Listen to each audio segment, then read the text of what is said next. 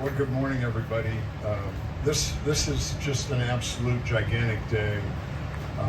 I hope everybody has their heart warm and extraordinarily pleased to be a part of the historic day. Today is a day to have extraordinary redemption.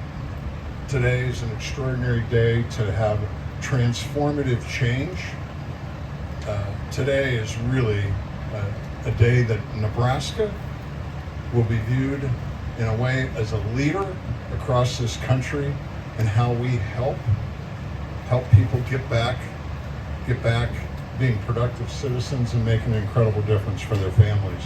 I can't say, first off, I can't thank everybody in the Department of Corrections for what you do. You're extraordinary public servants. I have so many goosebump moments being your governor. When I tour the facilities and meet the inmates and meet people that need help to get back on their feet, your hearts, your work, your caring, the impact you make for your fellow brothers and sisters is just absolutely extraordinary. I can't say thank you enough for all that you do. It's really incredible.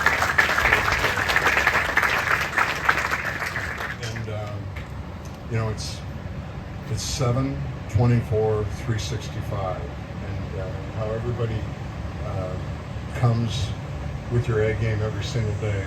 I'm just in awe. I'm humbled to be able to be a public servant with you. Can't thank Director Jeffries enough for his leadership.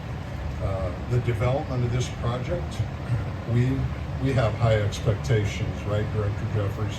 We have high expectations of the extraordinary work that will help men and women get back on their feet and be incredibly productive citizens across this Nebraska, making a difference for their families. What is taking place here, will absolutely lead the way across the country.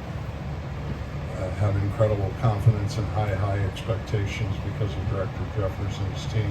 We're incredibly grateful for you to fall in love with Nebraska and all your work. This will be extraordinary. It's a game changer, to say the least. Can't say thanks enough to Nate. Nate's been a spearheader and worked here, and I think this project's been being worked on for almost 5 years.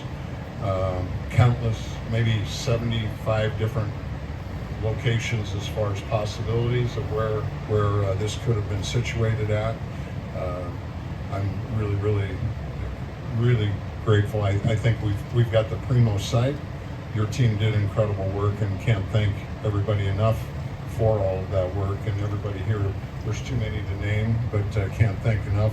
And I do want to take a minute to thank the mayor and her team for the city of Lincoln recognizing how important this site was for the state of Nebraska, and that we were able to work a deal out. So we're very grateful to the mayor and the city of Lincoln. And so maybe lastly, when we look out, I don't know about all of you, but I really get fired up when I see a bunch of yellow equipment and dirt moving out there. Makes me feel like I'm home on the farm, and we're digging and making things happen. There's nothing more rewarding and more gratifying than when we have the ability to have transformative change. Some of you are working at the state penitentiary that's 100 and some years old, and being able to make the investment. So I thank all the members of the Unicamel and the partnership, and the investment in the taxpayers of Nebraska. This is an investment for Nebraska, for the people and the families in Nebraska. Couldn't be more proud to be a part of it in a small way. So with that, being your governor, you have extraordinary humble moments. And when my lifelong friend said that he'd be a partner with me to be lieutenant governor, another extraordinary public servant with so many here. Joe Kelly's been a lifelong prosecutor, making sure that to play a role to keep Nebraska the safest place in the world to live. So with no further ado, my partner, Lieutenant Governor Joe Kelly.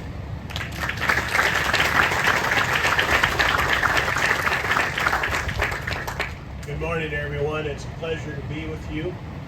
And I would just make 2 points. The first, really having to do with the need for this facility.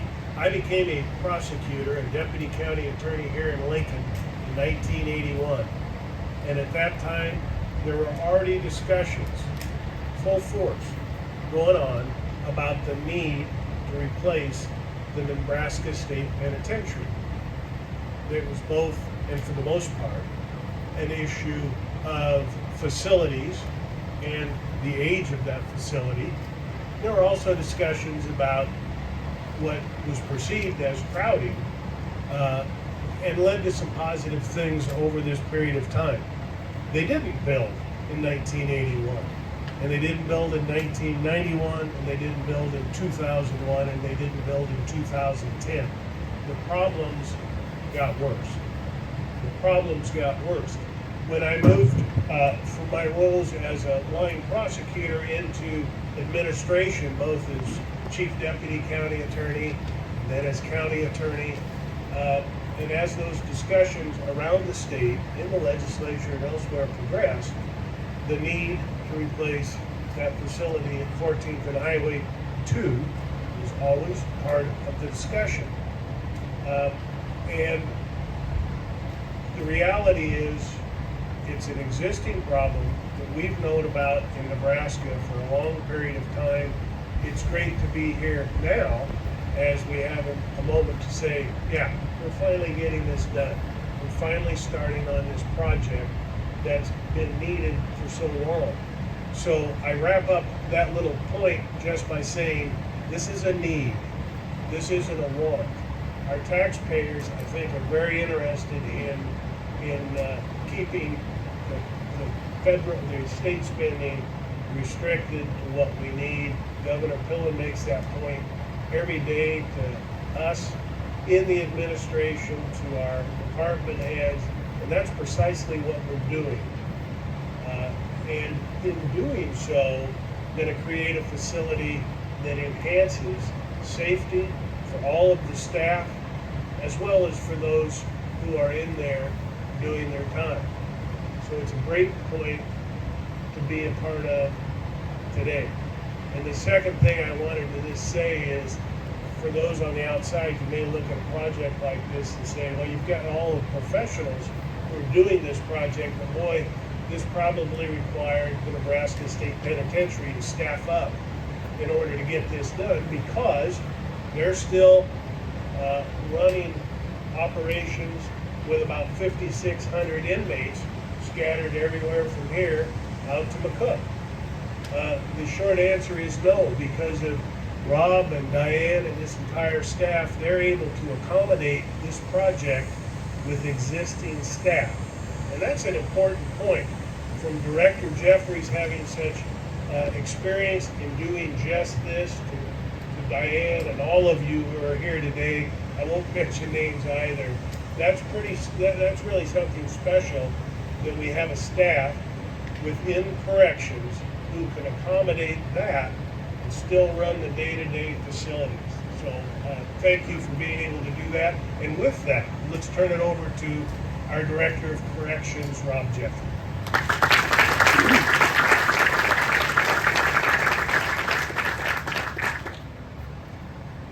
Thank you, Governor and Lieutenant Governor. More importantly, thank you for your unwavering support for not only our team, but for the state of Nebraska and leading us through. This is a great day for us, right? This is a good day for our agency. This is a good day for the state of Nebraska. And it's a good day for the future of corrections, because some of the things that we're going to be able to accomplish here, it's going to be groundbreaking. It's going to lead the nation. And I'll get a little bit into that further in my talking points. But our mission is simple: to keep people safe. Our mission is to provide the right programming, to get the right person in the right program at the right time, to be Nebraskans, to return back to the communities. That's our mission. A difficult one, but challenge accepted. The work in this room, the people in this room have stepped up to the challenge. And this is just the beginning.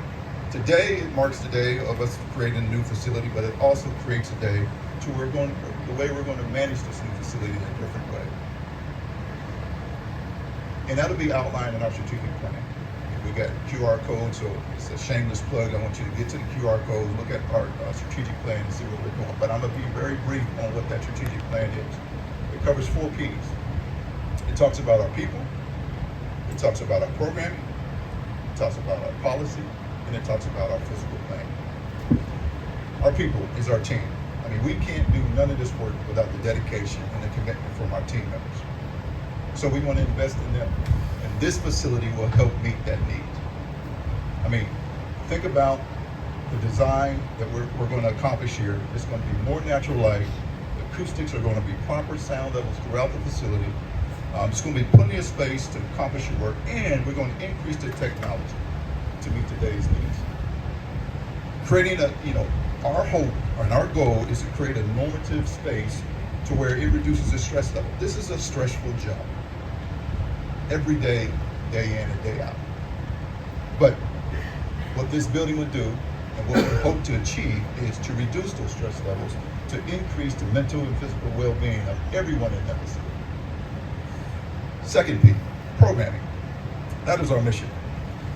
I mean, this facility, rehabilitative programming space will be in the housing units. I just can't speak enough. I mean, if you had the blueprint in front of you, man, you guys would be like, wow, as well too. A lot of time we spent with the DR group to get this accomplished. Programming space inside of the living units. We had vocational, we almost tripled our vocational programming space that is currently at MSP. I mean, this year alone, we did some groundbreaking accomplishments with our state partners and our national partners with launching of the Reentry 2030. Groundbreaking. There's only 5 states in the nation that are going through this Reentry 2030. We were number 4. Some states we don't mention, but we were number 4. Transform Nebraska. Everything we do is modeled off of getting Nebraska involved in our correctional efforts. This is just not a corrections thing. This is just not our responsibility to ensure that people are prosperous in Nebraska and giving back to their community and being parents and fathers and contributing to society. It's going to be everybody. What I will also say is one of the things that we want to do with the new facility is start off with the right foot. We want to cultivate a culture of success from the ground up. This work happens every day currently in our facilities now. So it's just something that we do, but this facility will help us facilitate that even better and greater with the acoustics, the sound, the programming space, the natural light, and everything about it is just new and modern. I mean, how many people live in a 130-year-old house to this day? Right? Those of you who are rich don't answer that question, nevertheless. That's what we're dealing with today, and that's what we hope to change with our workforce and with our population as well too. And our third P is policy. Working with this team here, some of the things that we bring to the table as far as national best practices and correctional standards is phenomenal. We might be small, but we are mighty. We have a lot of folks looking at what we're doing here in Nebraska. It's just begun. And finally, the physical plan. This new facility is a game changer. As I spoke about, the physical, the programming space, the security measures are key to achieving the missions of this agency.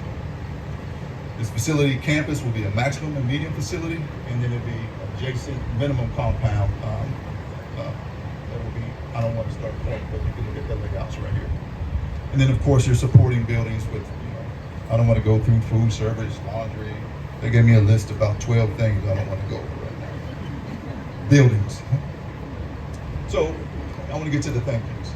I can't say enough about Nate and his team, Josh, Andrews, and the crew. Right?